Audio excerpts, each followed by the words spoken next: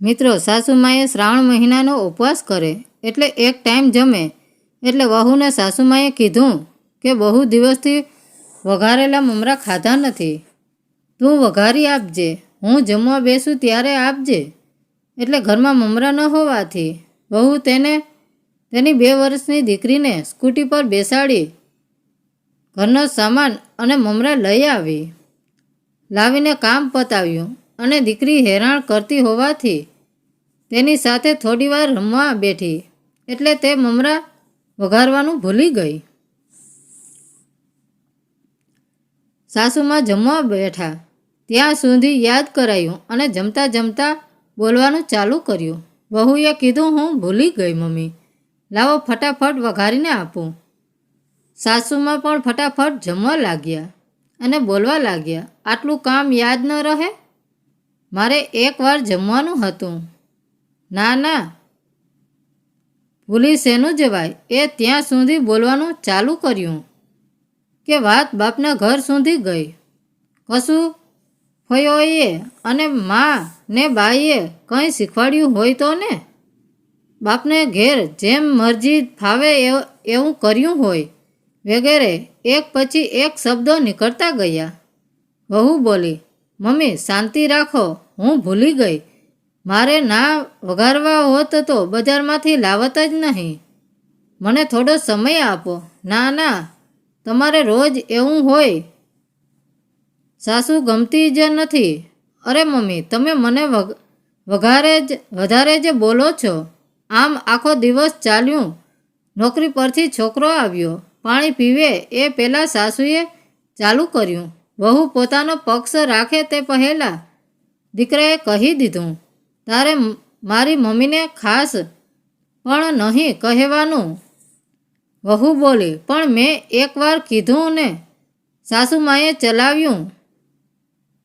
મને મમરા વઘારીને આપવાનું જોર આપ્યું. હવે વહુનું પણ મગજ ગયું.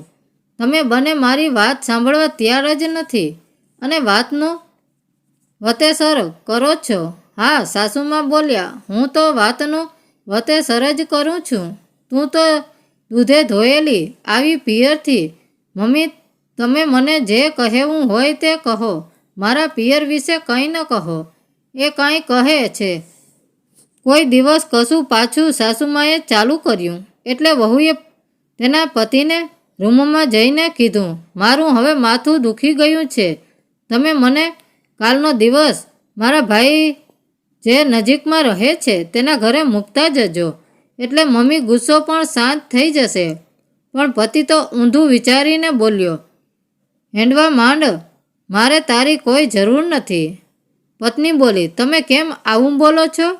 હું 2-3 કલાક માટે જવાનું કહું છું, સાંજે પાછી આવી જઈશ. વહુને પતિ તેને ન લઈ ગયો એટલે એક દિવસ છોડીને તે બીજા દિવસે પતિને કહીને ગઈ, તમે મને સાંજે લઈ જજો. વહુએ સાંજે ફોન કર્યો, મને લેતા જજો, પણ પતિ આવ્યો નહીં. જાતે ગઈ હતી તો જાતે આવી જજે. એટલે હવે પત્નીનું મન ભરાઈ આવ્યું. મારું અસ્તિત્વ જ નહીં. વિચારો, માં તે દિવસે પિયરથી સાસરે ના ગઈ અને હવે ખરું વાતનું વતેસર થયું. ભાઈ એકલો નોકરી કરતો હતો એટલે ખ્યાતિ તેના મમ્મી પપ્પાને બા દાદાને વાત કરવાની ના પાડી. તેમનો પણ ગુસ્સો ઠંડો થશે એટલે લઈ જશે. પણ 2 દિવસ 4 દિવસ થયા પણ તે લેવા આવ્યો નહીં. હવે ખ્યાતિ એ ગામડે વાત કરી એટલે તેના પપ્પા આવીને લઈ ગયા. પિયર ગયા પછી તેની દીકરીના રમતા ફોટા તેના પતિને મોકલે પણ એક પણ ફોન આવ્યો નહીં. આમ પછી ખ્યાતિ ફોટા મૂકવાનું બંધ કર્યું. બંને વચ્ચે વાતચીત પણ બંધ થઈ ગઈ. 1 મહિના પછી ખ્યાતિના પપ્પાએ ફોન કરીને કીધું, મારે હવે મારી દીકરીને મોકલવી નથી. એટલે જે સગા સંબંધી દ્વારા લગ્ન થયા હતા ત્યાં સાસુએ ફોન કરીને કહે છે કે તેમની દીકરી સમજાવો, આમ ઘર છોડીને જતું થોડું રહેવાનું હોય. એટલે સગા જે જાણતા હતા તેમને કીધું, પતિ જો ઘર છોડીને જવાનું કહે તો હોય કે ફાવે તો રહે, નહીં તો તું તારે રસ્તે, તો ઘર કેવી રીતે બંધાય? આમ વાતો કરી એટલે વાતનો નિકાલ કરવા બધા એક જગ્યાએ ભેગા મળીને વાત કરવા નક્કી કર્યું.